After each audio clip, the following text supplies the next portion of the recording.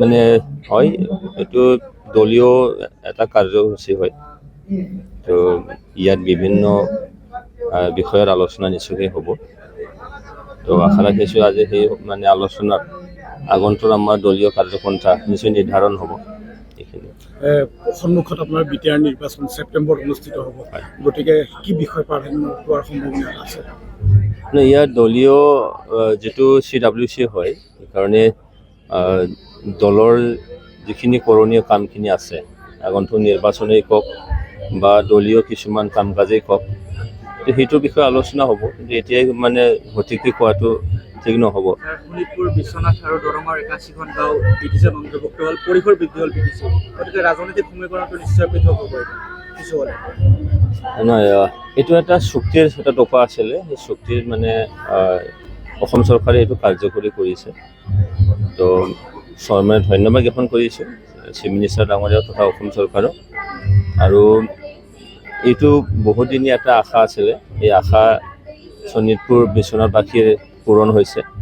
আৰু তেওঁলোকেও যিখিনি গাঁও আজি অন্তৰ্ভুক্ত হ'ল, তেওঁলোকে প্ৰথমবাৰৰ কাৰণে পৰিষদীয় নিৰ্বাচনত অংশগ্ৰহণ কৰিব পাৰিব। বিশেষকৈ ওদালগুৰিৰ কিছু সমষ্টিৰ লগত এইটো সংলগ্ন কৰি দিয়া হৈছে। নিশ্চয়কৈ তেওঁলোকে ভাল এটা ফলাফলো নিশ্চয় দেখুৱাব। ঠিক আছে, 25 সংখ্যক CWC সভা কিছু সময় পিছতে অনুষ্ঠিত হ'ব। ভাল লাগিছে। আমাৰ ওদালগুৰি ডিষ্ট্ৰিক্টৰ এই ৰৌতাত আমাৰ 25 সংখ্যক যি CWC আমাৰ UPPL-ৰ সেইটো হ'বলৈ গৈ আছে। ভাল লাগিছে।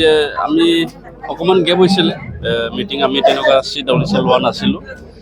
আজি আমি বিতংভাৱে আলোচনা কৰিব বিচাৰিছোঁ। আমাৰ বহুতখিনি নেতাও আমাৰ অন্তৰ্ভুক্ত হৈছে আৰু আগন্তুক দিনবিলাকত আমাৰ কাৰ্যসূচীবিলাকক আমি ধুনীয়াকৈ আজি আলোচনা কৰিম, সিদ্ধান্ত ল'ম। ভাল লাগিছে।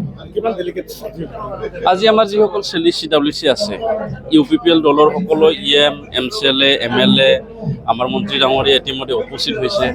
আমাৰ যিসকল CWC প্ৰতিখন জিলাৰ পৰা আছে, গতিকে 500-600 এনেকুৱা আমাৰ CWC যিসকল আছে তেওঁলোকে উপস্থিত হ'ব।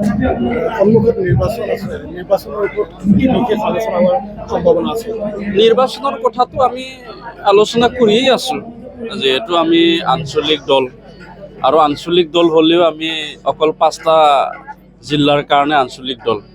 গতিকে UPPL-এ এই আঞ্চলিকত অৰ্থাৎ এই পৰিষদত নিৰ্বাচন খেলিবৰ কাৰণে জন্ম হৈছে, যেতিয়া নিৰ্বাচনটো খেলিবই লাগিব, এইবিলাকৰ আমাৰ আলোচনা হ'ব। শোণিতপুৰ, বিশ্বনাথ আৰু দৰঙৰ 81খন গাঁও ব্ৰিটিছত অন্তৰ্ভুক্ত হ'ল, গতিকে ৰাজনৈতিক সমীকৰণটো নিশ্চয় পৃথক হ'ব।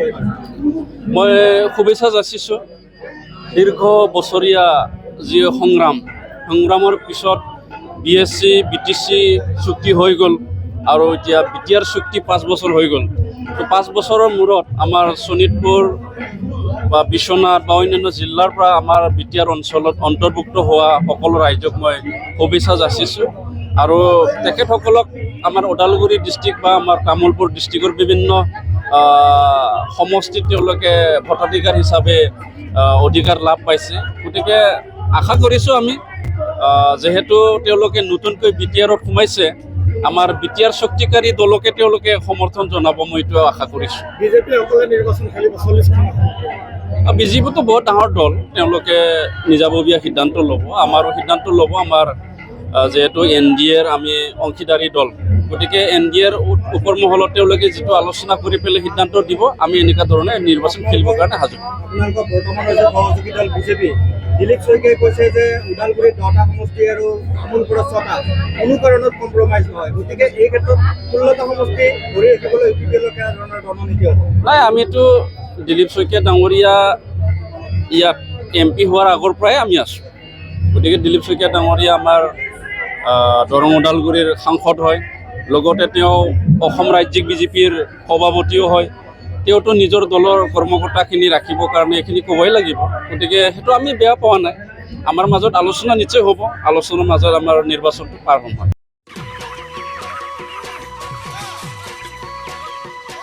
অতি কম দিনতেই একোটা এনেকুৱা হৈ যায়।